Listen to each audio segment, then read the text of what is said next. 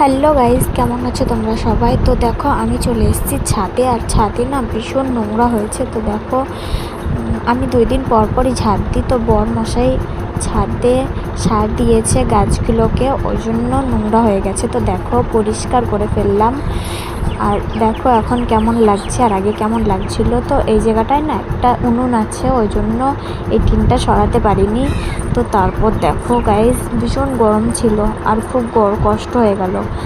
তো ভাবলাম একটু নিচে চলে যাই। তো দেখো ঝাঁটা কাঁধে করে নিয়ে চলে যাচ্ছি। তো তারপর একটু বিকেল হয়ে গেল, আমার না ভীষণ ঠান্ডা খেতে ইচ্ছে করছিলো। তো যেই ভাবনা সেই কাজ, তো চলে আসলাম ঝটফট রান্নাঘরে। তো মনে পড়লো ফ্রিজে তো একটা স্পেশালি জিনিস রাখা ছিল। তো তারপর বের করে নিলাম। তো দেখো গাইস, আমার তো এই দুটো আইসক্রিমই ভালো লাগে। তো এটা এখন খাবো না, যেহেতু এটা খেয়েছিলাম আমি। তো এই ডিব্বার ভেতরে যেটা আছে সেটাই খাবো। তো চলো দেখো তোমাদের কাদের কাদের এই আইসক্রিমটা খেতে ভালো লাগে। আমার তো খুবই ভালো লাগে। তো এখন আমি এটাকে মজা করে খাবো, কারণ এখন আমার বরমশাই নেই, ও থাকলে ওকেও ভাগ দিতে হতো।